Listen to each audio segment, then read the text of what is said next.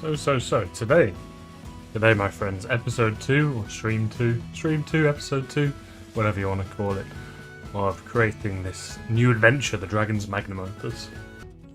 Basically, we put together what you can see on screen. Underneath my cursor here, we've got the overview, so we've got the rough idea of what's going to happen. So today, I want to build the most important part of the whole adventure, in my mind, which is the dragon. So that's what we're going to be doing today. Now, I have some ideas of what I want the dragon to be, but nothing's really set in stone. So today, we're going to go through like everything. We're going to go and do loads of research and planning and building, and we're going to try and build the dragon. Maybe if I have time, I want to also build the Dragon Slayer. If you guys caught the last one, the Dragon Slayer is going to be kind of like the final boss of the campaign, final encounter. And if we have time, which we might do, it's only about 6:30, so we might have time for that, then I would love to build out him.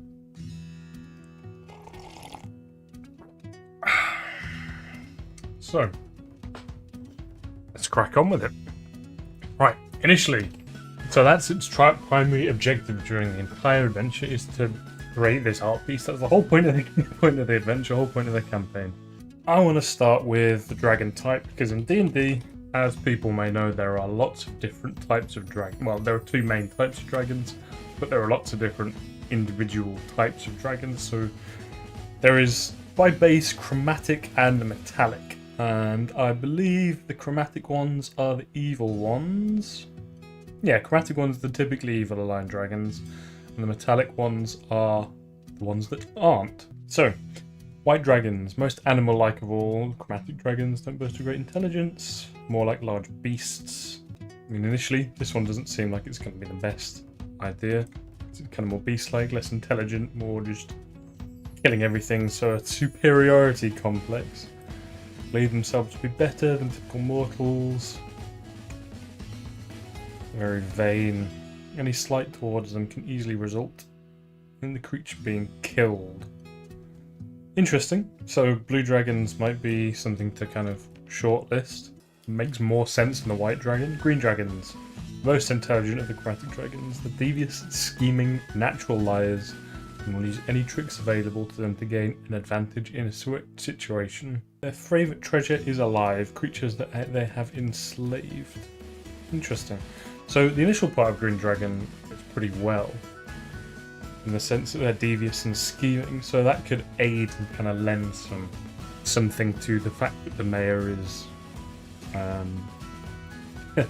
dubious and doubtful that the dragon just wants to make an art piece and live happily ever after. Right, so that makes sense, but I mean, favourite treasure being alive and creatures doesn't quite make sense, in a sense that they're trying to build an art piece that is an item, right? It's not necessarily a living thing, even though the final one will look and feel like a living thing. But green dragon is a good one. I feel like that's currently on top of the list for me. Red dragons, the classic. Most vain of all dragons, they're extremely proud creatures who seek to impose their strength and will upon every creature they can. They see themselves as natural rulers. They are prone to anger. A deep rage within them fuels moments of impulsivity. Their lust for treasure and wealth is above all other dragon kind. Hoards are of legendary status, mountains of coins and artifacts. So, you know, red dragon also fits, because one of my ideas for like why this dragon wants this art piece is because maybe it's like a social thing, you know. This dragon might be looking for something that kind of fits its social status. So red dragon fits, but then black dragons, the evilest of all dragons, their nature is that of cruelty. They hate the weak and will attempt to toy with weak foes who happen upon them. I think we can probably rule black and white out. I think we can rule blue out as well, because I think red and green are just better options. So green's good. I like green. The natural liars and, you know, the kind of the knowledge, you know, I'm assuming, like, what I'm doing reading this is I'm assuming that this is things that, you know, if you did some research, if you lived in D&D's fantasy world and you went to like the Grand Library, did some research, this is the stuff that you would figure out about dragons. So I'm imagining the mayor has kind of pulled some of his resources together to be like, right, what the fuck is up with this dragon that's just come into town? And you know, if that will be a line that would probably stand out to the mayor as like natural liars, and they'll use any tricks that they can. Green dragon, I think we'll go for. Metallic dragons. So metallic dragons are, you know, a little bit different. Brass dragons, very sociable, enjoy spending their time talking to other creatures. Bronze dragons, dragons of justice. Copper dragons, jovial and relatively social. If you're the mayor, you got some missive back from the Grand Library that says, yeah, these dragons are always oppose evil to their core and actively fight out any evil entities. I imagine you would probably be substantially less worried and probably wouldn't freak out. You've got the type of green dragon, which also gives us some personality traits. But the question is, do we want to stick to these personality traits, or do we want the dragon actually to be quite a nice fella and really old, ancient at the end of his days, looking for some final grand send-off? You know, people change. Dragons can change, right? After being alive for that long, maybe the dragons realise that being a little bit malicious and evil and lying about everything is perhaps not the way to go. I think that's usually the case with liars. Like, when you lie, you just have to keep lying and lying and lying. And once you start lying once, there's never really an end to the lie. So maybe the dragon, after living so long, like the web of lies that must be upheld to continue its life, must be like incomprehensible. So I like the idea that the dragon has just come to a point where keeping up all of these lies is just impossible. So it's trying to like shed its history and shed who it was.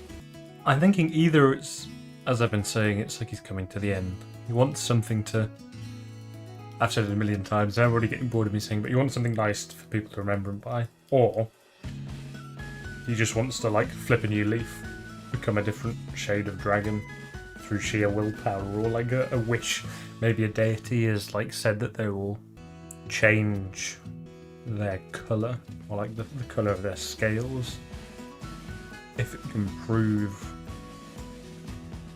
that it's truly changed.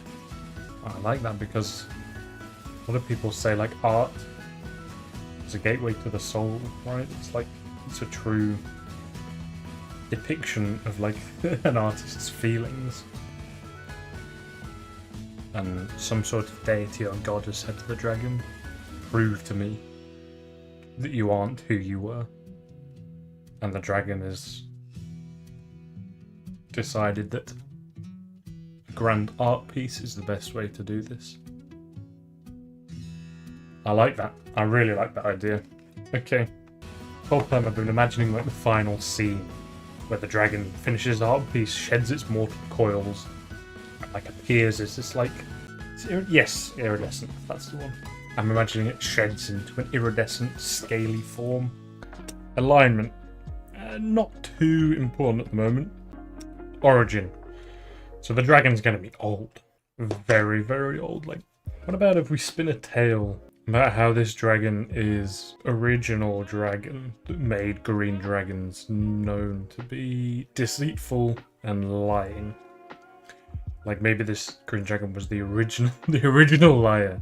There's definitely got to be something more, which I was already planning to do, but involving Tiamat in a way, as we've already involved Bahamut, involving Tiamat in a way might be cool. Dragon Hunter might be sent by Tiamat. Maybe the Dragon Hunter was gifted a sword by Tiamat to stop this dragon committing the ultimate act of betrayal. But it all started with a first lie, and I think we should, after we've got the dragon kind of more nailed down, we will plan out a couple of key points of how the lie expanded. So it started with like a live, like, oh, I forgot, and then it went on to this, and then like a couple of points just for like RP and discussion points for the dragon. Tiamat would be an enemy, as they'll be pretty pissed off that this green dragon is trying to commit probably like an ultimate act of betrayal, like literally changing the colour of its scales to denounce and deny Tiamat. Kind of like the idea that we're trying to keep it small, not particularly like talking too much about the grander world, because the whole idea is you can fit it into anywhere really. So I think we keep it simple. We just kind of leave that blank. Enemies and allies, that will be just kind of, will contain that for what's in the story. And this is really the important stuff. How they talk about, what they don't talk about, what their goals are in a typical conversation. I think we can skip here and go to quirks. Just had a nice, I think a quirk. Oh, you know when you lie and lie and lie and lie and you lie so much that you accidentally lie? What's it called? A compulsive liar. Yes, that's the one. Compulsive liar. So when you're communicating with the dragon, it just lies without even realizing it. It's a compulsive liar, but always tries to correct itself. The dialogue style, it's going to be very interesting how we go about this, because this is an adventure for other people. It's kind of going to be up to the person to decide how much they go into it, right?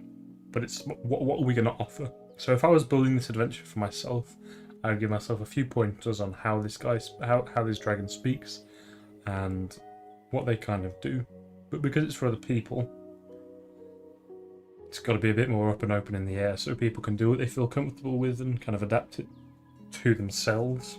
As the dragon's trying to turn a new leaf, I think how it speaks, I like the idea that the dragon might be trying to like overly compensate for its past life by being really nice and really like flattering, and I feel like it's got to be like really, you know, because if it's a liar, it's got to be good at lying. Good liars come across really honest and kind. So I feel like the dragon has got to come across as really honest and kind. I feel like that just makes sense. It's just now being really nice and kind because it's tried to cut out the lies, but it's still kept that being really nice and honest and kind, but assertive. It's got like, yeah, very assertive discussion style. Like it's confident but friendly. Like it's going to explain. It doesn't look down on people because it's trying to get people in its good graces. It's going to try and avoid questions about its past, try and talk around them, you know. Politics. Yes, talk like a politician. That one's going to be hard for people to pull off. We'll see if we can give pointers and guidance for that. So it's going to talk about why it wants to make this art piece, because it feels like this art piece is going to,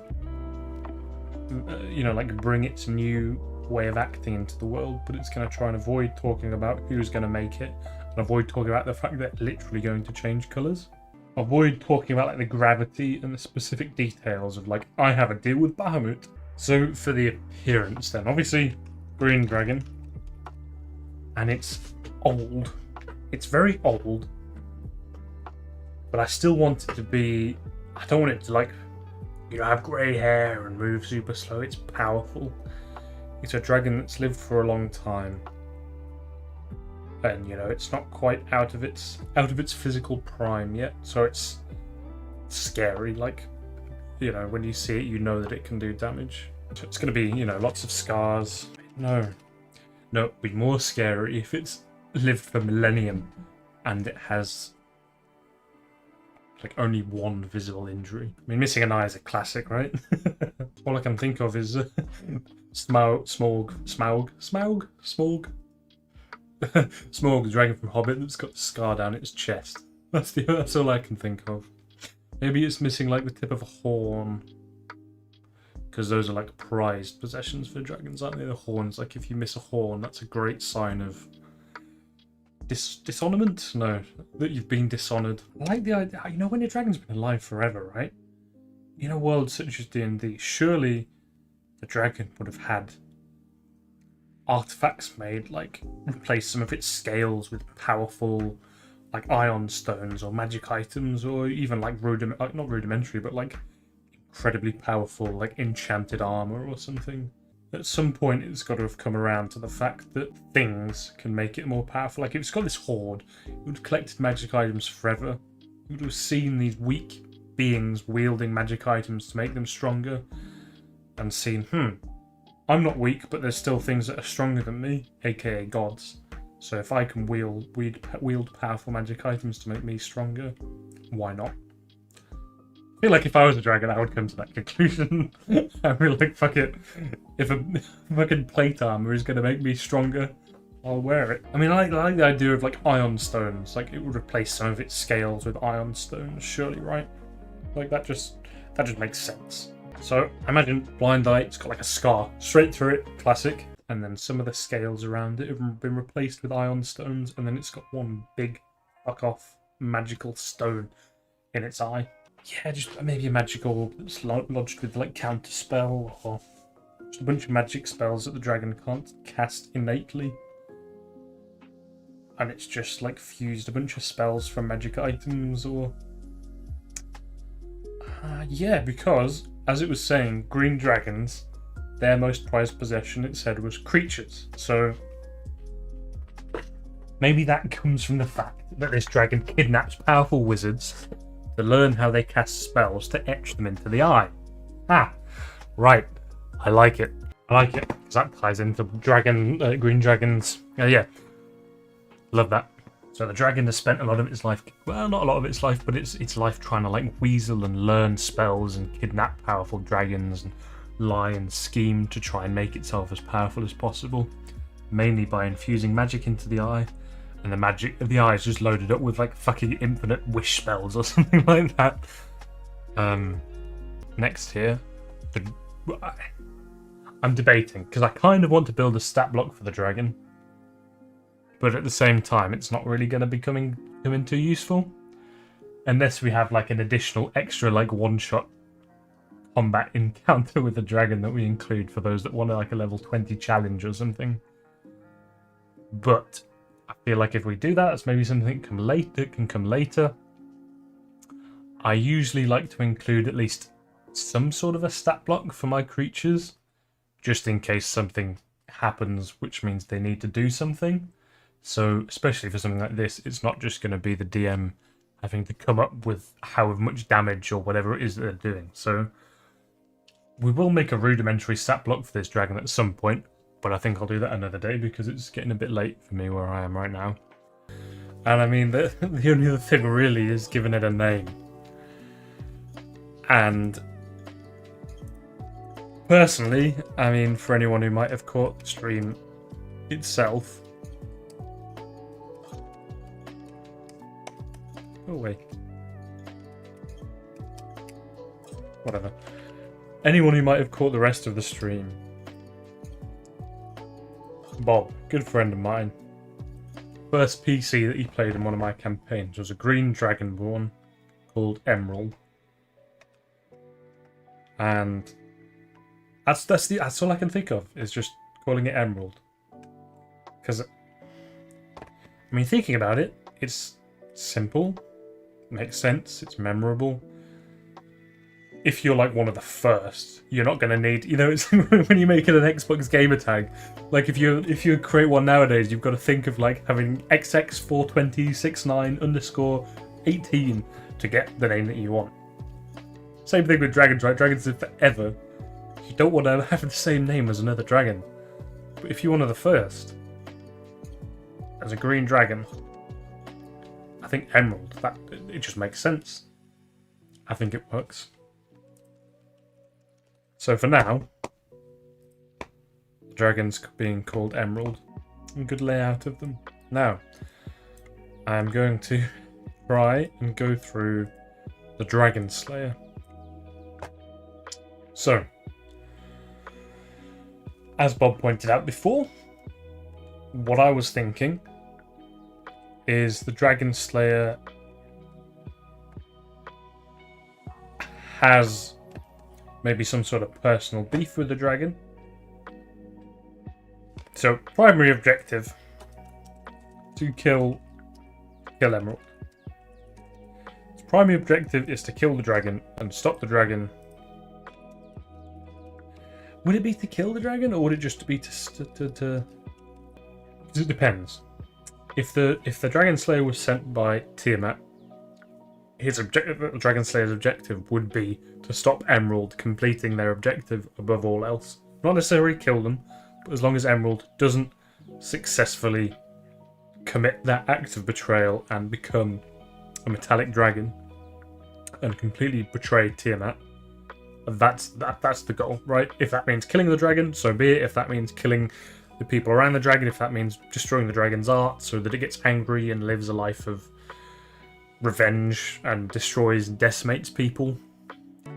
I like the idea that it's been sent by Tiamat, because then we can play into a bit more of like the Dragon Slayer is trying to make the dragon fail,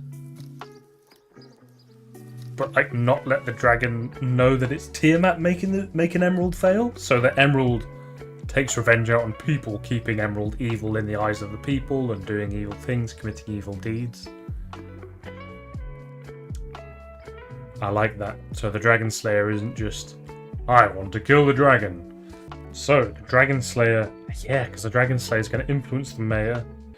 Oh, maybe we go for like a Worm Tongue vibe, where they're like a little secret, you know, like a man on the shoulder of the mayor, trying to convince the mayor to send the people after the dragon. Yeah, so they're seen in scenes. We describe them in the scenes as being around the mayor, but they're never in the spotlight. Right, yeah, yes, okay, I'm imagining it now. First scene, you see this person. So you meet the mayor at the start. The mayor's all for it. They're like, hey, yes, help the dragon out. It'll be great for the town. And then the first scene is Dragon Slayer comes to the mayor with the information from the Grand Library about green dragons. I like the idea that during the first start of the campaign, they're using like a disguised self to come across as human. But they're an elf. Proper elf. Long fuck off ears. Maybe they're like an old elf as well. Maybe they... I was going down the thought process there of maybe this elf is like a descendant of someone who was affected by Emerald's original lie. But I'm thinking about it and I'm thinking that might not work so well. It depends on what the original lie was. But if it's revenge for the original lie,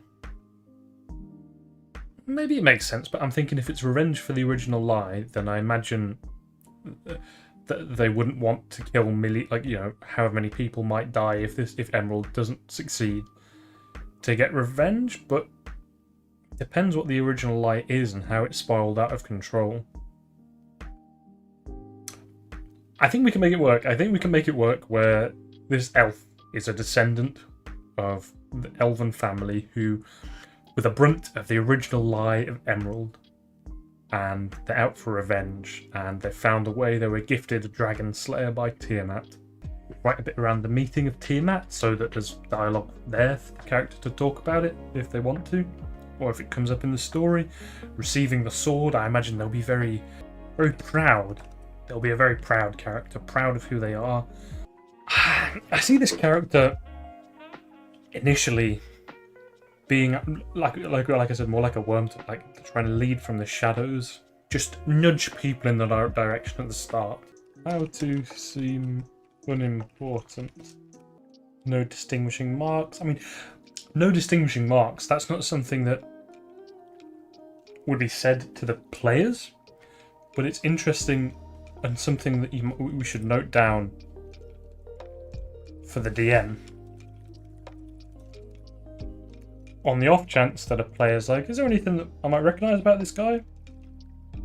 If we didn't write that down, the DM might not know what to say. But if we specify there's no defining features about this person at first glance, then the DM can be like, no, don't need to put thought into it, don't need to make it look to the players like they really need to think about this random background character. And it's something simple that doesn't take up much space that we can just put there and be like, boom, done. Okay, before I write down short, stubbly beard, I think we've got to decide on the gender of this character. I've been thinking, I use the word he a lot just because I'm a guy and it's natural for me to just say he, because it's the first thing I think of when I think of the gender of a character. But I've been thinking that this is going to be, I think we'll go with a female. Yeah, just wearing, so as they're disguised, simple grey cloak, brown tunic and pants, nothing to remember really, just quite plain, boring. And then like proper, like tight-fitting, nothing's going to get caught as you're dancing around the battlefield, nothing's going to get snagged by a claw. So tight-fitting scale mail probably? Maybe some sort of dragon scale armor. Relaxed items. So obviously, Dragon Slayer sword, which we'll make at some point. Green Dragon scale nail. Spam polymorph. No, but I think having some arrows of dragon slaying makes sense. It's not something that's going to do 6d10 damage to the player, so won't change the balance of the level 5 one shot. If they get hit with them, it'll just be a normal longbow.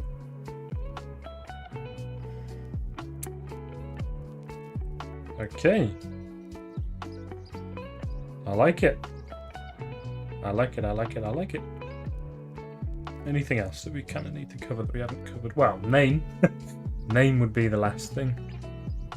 Yeah, so whilst that fella spends way too long trying to figure out a name for the dragons and the dragon slayers, quick TLDR and overview for everyone who doesn't want to watch the entire 20 or so long minute video about how we created these NPCs and the final result. So, first off, we made Emerald, the dragon.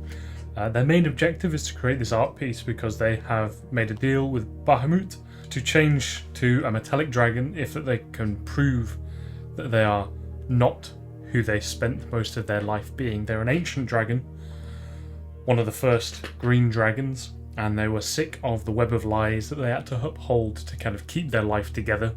They just decided, screw this, I'm going to have a change of leaf. We put together a bit of a description, dialogue style, etc, etc. Green dragons are dragons that lie a lot. They're very deceitful creatures. So the dialogue style for this dragon is going to be quite honest, kind, quite assertive, confident, friendly. All the things that you need to be a really good liar. But now the lying is kind of toned back a bit. They're still a compulsive liar. They still let out a lie here and then, but usually they try and correct themselves. For the appearance, I've decided to go for a minimally battle-scarred dragon, as I find that's a bit more scary when something's been alive for millennium and they are unscathed by the time that they have spent living. That's when you know that they're top of the food chain. So they've got one injury, which is a missing eye, but due to some of the lore and history of green dragons, I've gone for... They've replaced their eye with a magical orb, because green dragons usually, their prized possessions are people, creatures, kidnapping powerful beings. That's their hoard, not treasure. So this green dragon kidnapped people in order to learn magic and spells, which they've infused into the eye to make them powerful and win fights and stuff like that. But yeah, we kind of fleshed out the backstory, a lot of motivation around this dragon. We also made the Dragon Slayer, Shale Alathar, who's going to start the campaign off disguised as a human, because they have been petitioned by Tiamat to stop Emerald essentially at all costs. But initially, Shale's objective, their route that they're going to take, is trying to stop Emerald in a way that makes it seem like the mortal races, so that when Emerald is foiled by the mortal races, Emerald goes back to being a chromatic dragon, taking it back out on the mortal races, being evil, spreading more hurt and pain throughout the lands, etc, etc. But towards the latter end of the adventure, there'll be a reveal where they come out of their humanoid disguise, wielding a Dragon Slayer sword covered in green scale armor and arrows of dragon slaying. Quite tall female elf, rippling with muscles. And she is also going to be part of the family that was the main receivers, I guess you could say, of the original lie that Emerald told. So we've planned out both these NPCs as a quick overview of them, and then we just see where we take it from there. See how the story expands. Thank you everyone for watching, and I'll let myself take it away. Shale Alathar, that'll do for now. Maybe we'll get someone on the magazine that knows how to properly make names. We can rename everything. Lovely. That's been a long stream, 4-hour stream. Granted, half of it was not making NPCs, but that's been really fun. So today, recapping, we've made Emerald, the dragon, completed who they are, their story arc, why they're here, what they're trying to accomplish, put it all together. Got a good overview for that. We've put together Shale Alathar, the Dragon Slayer, got some information, learned how they're going to play into the story, how they're going to behave, and also used that to add a bit more to the story. So, next steps. What are the next steps? Next steps in my mind planning in more detail the opening scene, how it correlates to the second chapter, what's going to happen in the second chapter, third chapter, fourth chapter, fifth chapter. The next part for me is laying everything out in a bit more detail, going into the specifics chapter by chapter, laying out maybe specific scenes, specific encounters, people who are going to be relevant to the scenes, and start really properly building the adventure.